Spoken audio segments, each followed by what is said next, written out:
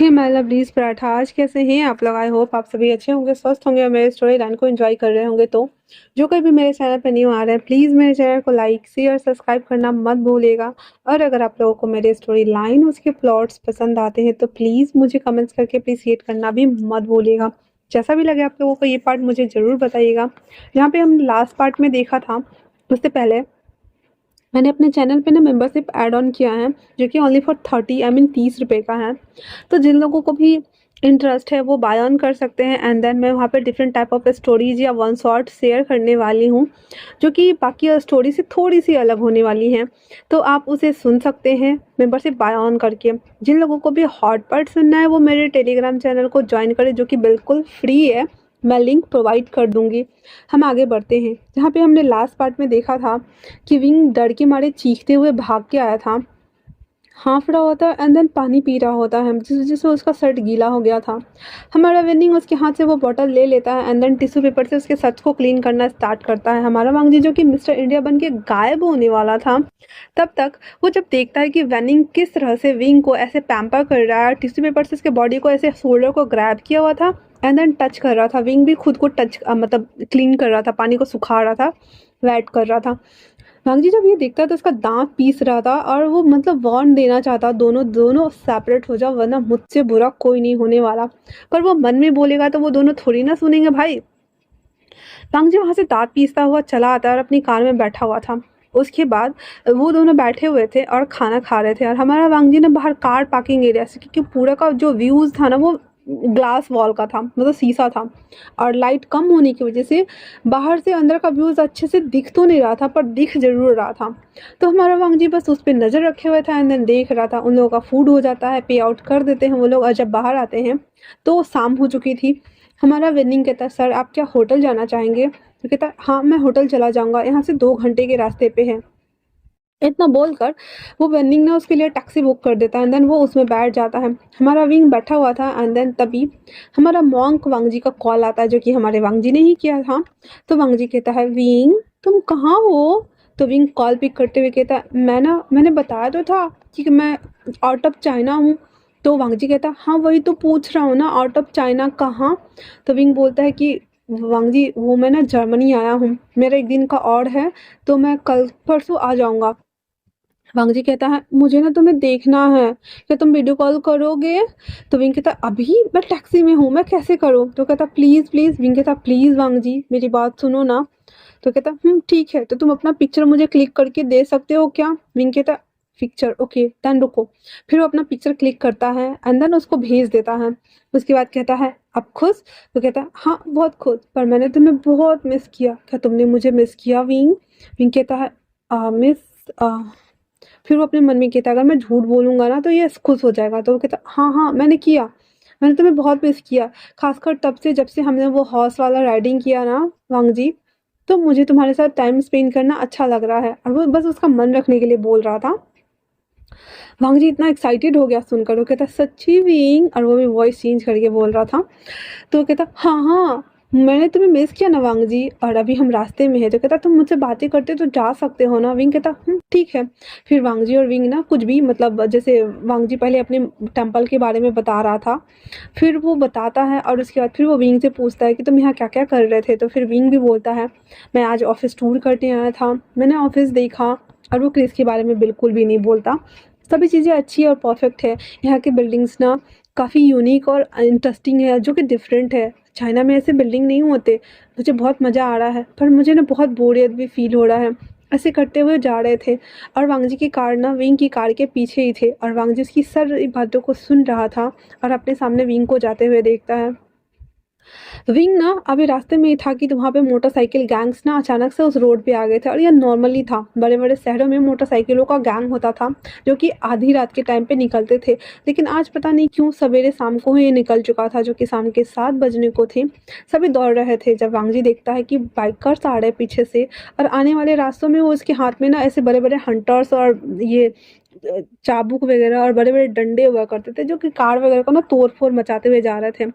तभी उसमें से एक बाइकर्स ना विंग के कार पे, जो कि टैक्सी थी, वो उसके पीछे वाले शीशा पे इतना जोर से मारता है कि सारा शीशा ही चकनाचूर हो गया था, जिस वजह से विंग के हाथ में जो फ़ोन था ना वो अचानक से उसके ऊपर गिर जाता है और विंग ना नीचे झुक जाता है और कांपने लगता है। अब वांगजी हमारा विंग को बोल रहा है, क्योंकि वो देखा ना कि कैसे उसने मारा, वो बोल रहा है विंग विंग। और विंग के कार को इसलिए टारगेट किया क्योंकि वो एक टैक्सी थी। वांगजी के कार को इसलिए छोड़ दिया गया क्योंकि वांगजी की कार बहुत महंगी थी और उन लोगों को पता है कि इतनी महंगी कार है, मतलब कि कोई बड़ा बंदा होगा इसमें, इसलिए उसकी कार को टारगेट नहीं करके विंग की कार को टारगेट किया उन लोगों ने। फिर दूसरा आता है और दूसरा ना उसके विंडो वाले खिड़की पे ऐसे इशारा करता है, कहता स्लो, रुको, हम लोग को जाने दो। और ड्राइवर जैसे ही रुकता है वैसे एक और आता है और वो ड्राइवर को गर्दन को पकड़ के अपने साथ ले जाने लगता है, जिसकी वजह से कार पूरी अनबैलेंस हो गई थी। अब वांगजी को इतना ज़्यादा डर लग गया था विंग की ऐसी हालत देख करके, इसलिए वो वापस अपने मास्क पहनता है, क्रिस को कहता क्रिस जल्दी कार साइड में रोको, चलो यहाँ से। वो दोनों उतर के आते हैं एंड देन उस बाइकर को सीधे वांगजी उठाकर फेंकता है और हमारा क्रिस ड्राइवर को बचाता है और विंग को उसमें से निकालता है। विंग के हाथ में कांच चुभ गए थे, उसका फ़ोन गिर गया था और उसके सर में चोट लग चुकी थी शीशा की वजह से। विंग को जल्दी से गोद में लेता है और अपने टैक्सी में, मतलब अपने कार में लाके डालता है और वो क्रिस को बोलता है जल्दी चलो यहाँ से। दोनों ने मास्क वेयर किया हुआ था, इसलिए विंग ना ऑलरेडी बेहोश हो चुका था वांगजी के गोद में आते ही। उसके बाद हमारे वांगजी विंग को हॉस्पिटल लेकर आता है, जहाँ पे उसका डॉक्टर पहले तो कांच वगैरह जो भी था वो सब निकाल देते हैं एंड देन नॉर्मल वार्ड में शिफ्ट कर देते हैं। वांगजी बाहर आता है विंग को देखने के बाद और क्रिस से कहता है मुझे वो बाइकर्स गैंग चाहिए, ये लोग मुझे मजबूर कर रहे हैं ईविल से डेविल बनने में। क्रिस मुझे नहीं पता तुम कैसे करोगे, बस जाओ और उन सबको मेरे सामने लेकर आओ, समझे ना। इतना बोलकर हमारा वांगजी विंग को, जो कि डॉक्टर ने बोल दिया था कि वो नॉर्मल है, तो पहले तो क्रिस हमारा और वांगजी विंग को गोद में लेकर बाहर आता है। वो दोनों होटल आते हैं। वांगजी खुद विंग को उस रूम में छोड़ के आता है जो उसके लिए बुक किया हुआ था। उस रूम में उसे अच्छे से जेंटली लिटा देता है, तो सीजन को भी पता चल गया था। अंकल भी आ गए थे देखने के लिए। जब वो देखते हैं कि विंग के सर में चोट लगी है, हाथ में बैंडेज है, तो वो पूछते हैं, तो वांगजी सारा बात बता देते हैं। उसके बाद उसे अच्छे से टक करके वो बाहर आ जाता है एंड फिर आते ही कहता है गगा मैं अभी आया। तो लैंस चैन कहते हैं वांगजी तुम क्या करने वाले हो। वांगजी कहता है गगा वो मुझे मजबूर कर रहे हैं कि मैं अपना असली चेहरा दिखाऊं, प्लीज लीव मी। और इतना बोल करके वो वहां से उन लोगों को वैसे ही छोड़ के आ जाता है। सीजन कहते हैं अंकल हम क्या करें। तो उसके अंकल कहते हैं तुम्हें पता है ना वो कितना जिद्दी है, अगर उसने कहा है तो वो सच में उन लोगों को मार डालेगा।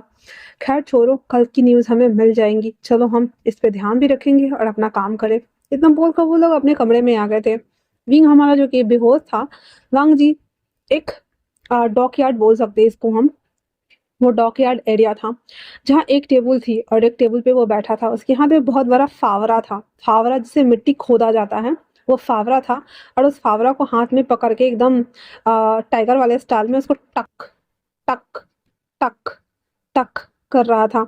हमारे क्रिस और हमारे लैंस जिनका जो सेक्रेटरी था ले उन दोनों ने उस सभी बाइकर्स गैंग को, जो कि पूरे 14 लोग थे, सबको मार पीट के घसीट के एक रस्सी में लेके आ रहा था। अब उन लोगों को तो पता नहीं था ना कि ये क्या हो रहा है, इसीलिए वो चुपचाप से ऐसे चीख चिल्ला के आ रहे होते। जब देखता है वांगजी कि वहां पे वो लोग आ गए हैं, वांगजी ने अभी मास्क वेयर किया था अभी भी, और वो अपने एक ब्लैक, मतलब black T shirt, black jeans और उसके हाथ में फावरा, उसके मुंह पे मास्क था। वो सभी आते हैं और उसे देखते हैं तो वो समझ गए थे कि जो मास्क था ना वो बिच्छू स्टाइल का था, मतलब बिच्छू का डिजाइन बना हुआ था। और वो कहते हैं बिच्छू गैंग के लीडर। हमारा जो क्रिस था वो कहता बिच्छू गैंग का लीडर, और आज तुमने जो टैक्सी में जो कांड किया है ना, तुम्हें वो नहीं करना चाहिए, क्योंकि तुम्हें नहीं पता, क्योंकि ये सब करना कानूनन जुर्म है। इतना बोलकर हमारा क्रिस ले दोनों साइड चला जाता है। हमारा वांगजी आता है, वहां पे जितने लोग थे उन दोनों को इतना मारता है फावरा लेकर। उन 14 लोगों की लाशें वहां पड़ी थी, क्योंकि वांगजी ने मार मार के सबका भरता बना दिया था। किसी का सर फोड़ डाला, किसी का हाथ तोड़ डाला, किसी का पीठ पे वार किया था, किसी का बैक से वार किया था, उड़ा उड़ा के उन लोगों को मारा। और सभी लोग वहां पे चुपचाप खड़े थे। उसके बाद वो कहता है क्रिस क्रिस आता है और एक गन देता है जो कि AK-47 था, बहुत बड़ा था, और वो गोली को चलाना स्टार्ट करता है। वहां पे जितने लोग तो आधे आधे मर चुके थे, लेकिन वो फायरिंग करता है एंड देन सबके बॉडी में बुलेट घुसेड़ देता है। हर एक के बॉडी में तो कम से कम 6-7 तो गई होंगी। उसके बाद कहता है इन सब के बॉडी के ऊपर पत्थर बांधो और इसे समुद्र में फेंको, मुझे देखना है। फिर वहाँ पे जितने भी उसके गैंग लीडर्स के आई मीन कि वहाँ के गैंग मेंबर्स थे, वो सब एक एक करके सबके बॉडी के ऊपर पत्थर डालते हैं एंड देन बांधना शुरू करते हैं एंड देन पानी में फेंक देते। पत्थर कम था तो 2 दिन में लाश बाहर आ जाती। उसके बाद वांग जी अपने हैंड को धोते हुए अपने मन में कहता है, बुधाज मंत्र चैंट कर रहा था और हमारा क्रिस उसे देख रहा था क्योंकि वांग जी की आंखों में खून उतरा हुआ था, वो शांत नहीं हो रहा था। वो कहता, सर आप शांत हो जाइए प्लीज। क्रिस कहता, किसकी बात सुनकर वांग जी कहता है, Chris just shut up, shut up, इतना बोल करके और वो चुपचाप से कार में आके बैठ जाता है। अब क्रिस को पता है कि सर को कहाँ लेके आना है, इसलिए वो विंग के पास आता है और उसके कमरे के बाहर छोड़ देता है और वो क्रिस को ऑर्डर देता है कि जाओ अभी फिलहाल के लिए इस कमरे का सीसीटीवी फुटेज बंद करो। क्रिस जाता है जहाँ पे सर्विस रूम था वहां जा करके और विंग के कमरे का सीसीटीवी फुटेज को बंद कर दिया जाता है। उसके गगा जब देखते हैं वो समझ गए थे कि वांग जी आ चुका है। वांग जी आता है, अपना कोट सॉरी अपना जो टी शर्ट था उसे उतारता है, अपना पैंट जो था उसे भी उतारता है क्योंकि विंग बेहोश था और एनेस्थीसिया दिया गया था, उसके लिए उसे कल से पहले तो उसे होश बिल्कुल भी नहीं आने वाला था।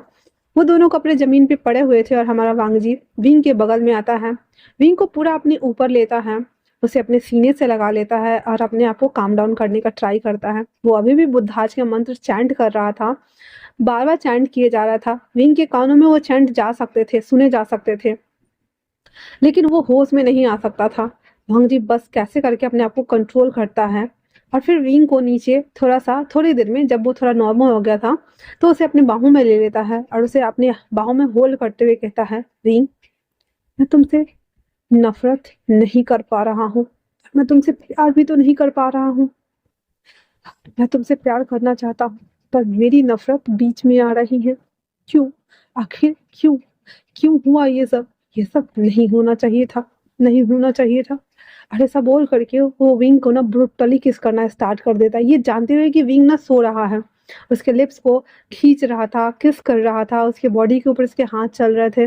उसने देखते देखते वो जो शर्ट थे वो विंग के खोल डाले थे और उसके पूरे बॉडी को वो स्मैच कर रहा था, अपनी बॉडी से उसके बॉडी को रगड़ रहा था, ये जानते हुए भी कि विंग बेहोश है और अपने आप को बस काम डाउन करा रहा था, बस काम डाउन करा रहा था। विंग अभी पूरे कपड़े में था ही, बस उसने शर्ट को 2 पार्ट किया हुआ था और वांग जी वो अंडरपैंट्स में था और वो उसके बॉडी के ऊपर स्मैच कर रहा था। विंग के हैंड को अपने अंदर लेता है एंड देन उसके बाद वो अपने बॉडी को उसके ऊपर रब करना शुरू करता है। वो उसके लिप्स को बहुत बुरी तरीके से कैप्चर करके सिर्फ किस करना स्टार्ट कर दिया हुआ था। उसके बाद फिर वांग जी उसके हाथ के साथ ही अपने हाथ को भी उसके ऊपर लेता है एंड देन धीरे धीरे करके उसे स्मैश करना शुरू करता है और वो उसके बाद फिर अपने आप को रिलीज कराता है। पर वांग जी का इससे भी मन नहीं भरा था, वो विंग को देखना चाह रहा था और पर उसका एडवांटेज बिल्कुल भी नहीं लेना चाहता था क्योंकि जब उसे होश आएगा तो उसे पता चल जाएगा कि उसकी बॉडी के साथ छेड़छाड़ हुआ है। वांग जी फिर खुद को क्लीन करके और विंग को फिर से अपने ऊपर लेता है और उसे अपने गोद में लेते हुए कहता है, ये किस तरह का प्यार है मेरा कि मैं तुम्हें बता भी नहीं सकता और जता भी नहीं सकता, पर हाँ तुम पूरी लाइफ मेरे बन के रहने वाले हो विंग, सिर्फ और सिर्फ मेरे। और इतना बोलकर उसे अपने सीने से लगाकर वो सोने का ट्राई करता है। रह रह के उसके सामने में कुछ फ्लैशेस आ रहे थे जिसे देखकर वांग जी का खून खौल रहा था और उसकी पकड़ विंग के ऊपर बनती जा रही थी, बनती जा रही थी, बनती जा रही थी। विंग को इस समझ नहीं आ रहा था, मतलब कि वो बेहोश था ना, पर उसके कस के पकड़ा हुआ था ना, जिस वजह से वो थोड़ा सा ऐसे हिलता है तो वांग जी फिर देखता है कि वो मूव कर रहा है, फिर अपने आप को हटा लेता है और उसके बैक को रोक रब करना शुरू करता है, जिसके बाद फिर वो धीरे धीरे सोने का कोशिश करता है। हालांकि वांग जी को नींद बिल्कुल नहीं आ रहा था पर वो पूरा ट्राई कर रहा था कि वो सो जाए। आंखें बंद करते हुए वापस से वो फ्लैशेस आ रहे थे और वो छटपटा रहा होता है, लेकिन फिर भी वो जैसे तैसे करके 2 बजे तक में वो अपने आप को सुला देता है। अगले दिन सुबह 11 बजे हमारे वांग जी की नींद खुलती है। वो विंग को देखता है, पहले तो उसके सारे शर्ट्स के बटन को लगा देता है, फिर उसके बालों को देखता है, अनजाने में ही सही लेकिन वांग जी धीरे धीरे उसकी ओर बढ़ता है, उसके फोरहेड पर किस करता है और वहां से उठकर अपने कपड़ों को लेकर नहाने चला जाता है। नहा कर आता है, क्रिस को कॉल करता है, क्रिस उसके लिए नया पेयर कपड़ा ले आया हुआ था, उसे वो पहनता है एंड देन वहां से वो बाहर आ जाता है और कहता है, अब वक्त आ गया है, सभी चीजें हमें जल्दी जल्दी फॉरवर्ड करनी होगी। क्रिस कहता है ओके सर। उसके बाद वो एक नजर विंग के रूम की ओर देखता है और फिर वहां से वो चला जाता है। विंग को लगभग 3 बजे के अराउंड होश आया था। जब उसकी आंख खुलती है तो वो चौंक जाता है क्योंकि आज लास्ट सेमिनार होने वाला था, लेकिन सेमिनार खत्म हो चुका था। विंग जब टाइम देखता है तो उसको रोना आ रहा था कि वो यहाँ आकर भी प्रोजेक्ट हासिल नहीं कर सका। वो रोते रोते अपने कपड़ों को पैक करता है एंड देन उस होटल से वो लेफ्ट हो जाता है। वांगजी ऑफिस जा चुका था इसलिए उसे पता नहीं चला और कैमरा जो बंद करवाया था वो ऑन भी नहीं किया था। वो जब बाद में जब शाम को आता है तो देखता है कि विंग नहीं है। वो पैनिक होने लगता है। तो रिसेप्शन के पास जाकर के जब उसे पता चलता है कि इस कमरे का जो इंसान था वो लेफ्ट कर चुका है, फिर वो जल्दी से एयरपोर्ट का खबर निकलवाता है तो पता चलता है कि फ्लाइट जा चुकी है, वो भी 1 घंटा पहले ही। वांगजी कहता है, क्रिस जल्दी से चौपर तैयार करो। और इतना बोलने के साथ ही वो कहता है, गगा हमें वापस जाना होगा इससे पहले कि उसे कोई शक हो। अंकल और सिचन कहते हैं, ठीक है, तब तक तुम दोनों जाओ, मैं यहाँ का काम खत्म करके आऊंगा वांगजी। वांगजी कहता है, जी गा। और इतना बोलने के साथ ही हमारा अंकल, वांगजी और क्रिस वहां से चले जाते हैं। वहां पे बच गए थे तो ओनली फॉर हमारे सीजन और ले। तो आज के लिए इतना ही। कैसा लगा आप लोगों को ये पार्ट मुझे कमेंट्स करके जरूर बताना। तब तक के लिए थैंक्स फॉर वॉचिंग।